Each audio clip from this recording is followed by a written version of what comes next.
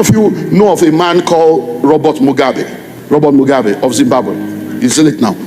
Now, how many of you were always wondering how you hear many terrible things about the country and they still love the guy? You don't understand. Robert Mugabe studied abroad and saw the era of colonialism. Is this the story of Robert Mugabe? I'm going to prove to you. This is a Nigerian pastor called Dr Olumide. This is what he's telling about Robert Mugabe. We know the history of Robert Mugabe. And I want to share with you why it is important for him not to tell this story like this. Yes, we always say, as Africans, we must be able to tell our own story. But we must be able to tell it factually. This is what he says about Robert Mugabe, that he studied abroad. That's not true. Robert Mugabe, yes, he has degrees that are awarded from abroad. One of them, which is a master's that he took from the University of London. But this was an external program that he was doing whilst he was in Zimbabwe. By then it was being called Rhodesia. But his first degree, he did it in South Africa at the University of Fort Hare. And with the likes of Mangosuthu Buthelezi, the late, and the likes of Oliver Tambo, the late, there were a number of ANC stalwarts that were part of the class of Robert Mugabe when he was at the University of Fort Hare. That's where the seed of liberation was planted in him when he went to University of Fort Hare. That's why you find that the ANC, when it was formed, and when he found out there was a part called the ANC, which was formed by Africans, they adopted ANC in Zimbabwe. They said, we are ANC. That's why ZANU-PF was first named ANC across the country. That's why it was called African National Congress. Let's see. Robert Mugabe studied abroad and saw the era of colonialism and saw that the white men just came and gathered all the land and started farming. And all the black people were being marginalized in their own country. And then Robert Mugabe came and said, all of you, you must explain where you got the land from. Because you are not born here. So there's no way. Let us look at here. He is saying that he went to the... let me give you a breakdown of what then happened to Mugabe. Mugabe went, he didn't go to London, he went to Ghana. To Ghana, that's where he met his first wife, Sally Hayfron. And he was also inspired by the then Ghanaian leader, Kwame Nkrumah. And he had a car that he bought there. He was a teacher in Ghana. And the car was shipped from South Africa and Namibia and all of that, and it came to Zimbabwe. And then he came here. And that's when he was adopted by the late Joshua Nkomo to be part of the team. And then he was later arrested and all of that. And his son died whilst he was in prison. This is the true history of Robert Mugabe, right? And then let's come to the issue of the Hague. The farmers did not go to the Hague. They went to the SADC tribunal. And their case was that Robert Mugabe did not first go to the farmers and say, where did you get the land? No. When they went to Lancaster House, their agreement was on willing buyer, willing seller.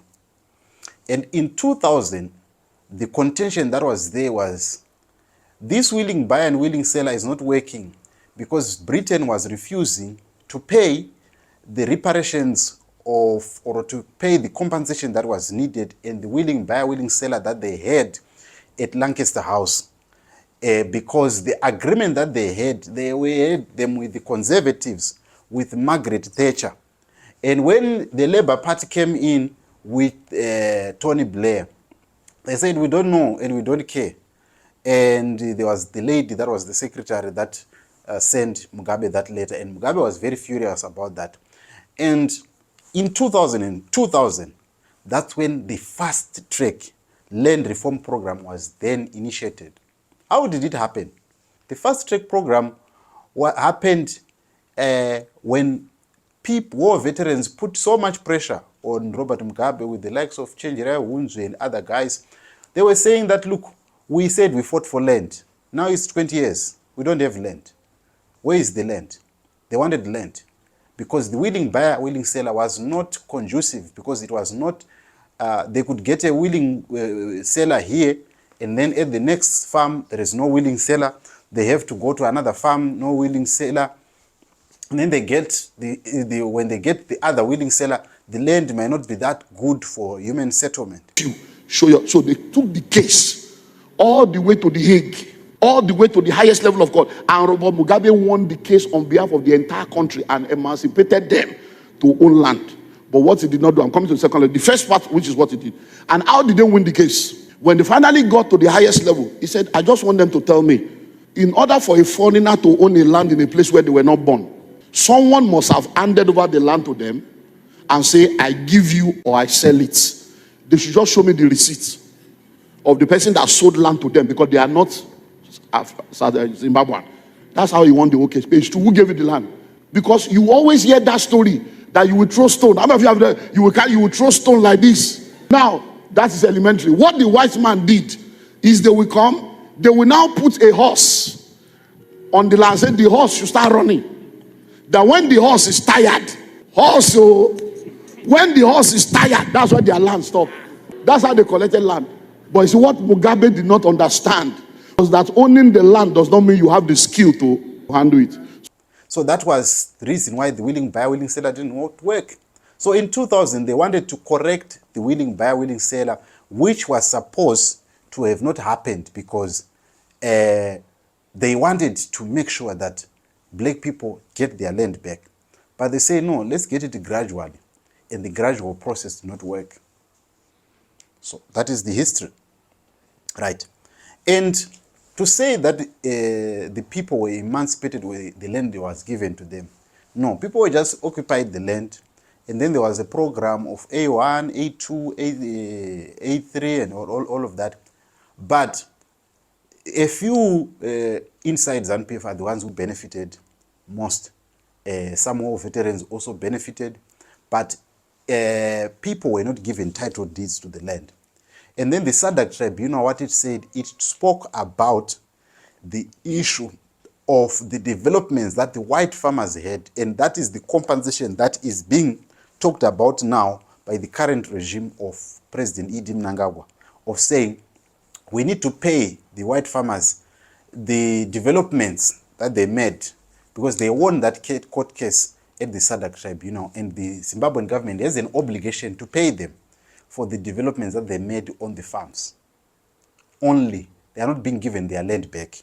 They are given, and some of them, they are being said, okay, you can come back and you can help us in farming, such things.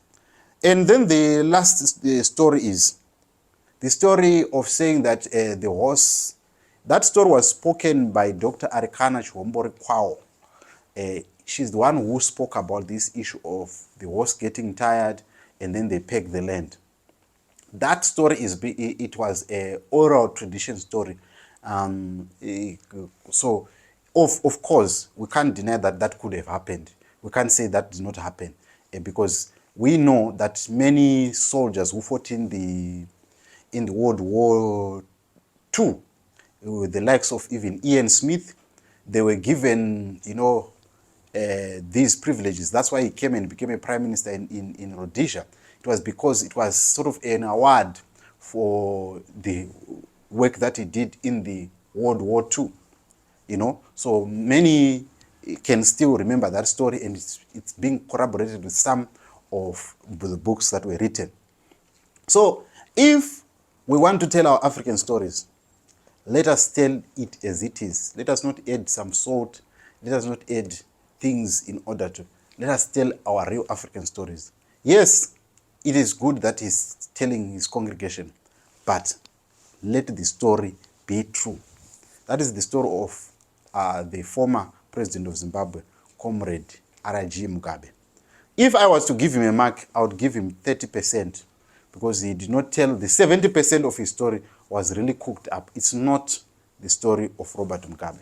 But tell me what you think about this story. If you are a Zimbabwean, or if you are if you study African politics and you know your history, do you think that he did a fair job in telling this story this way?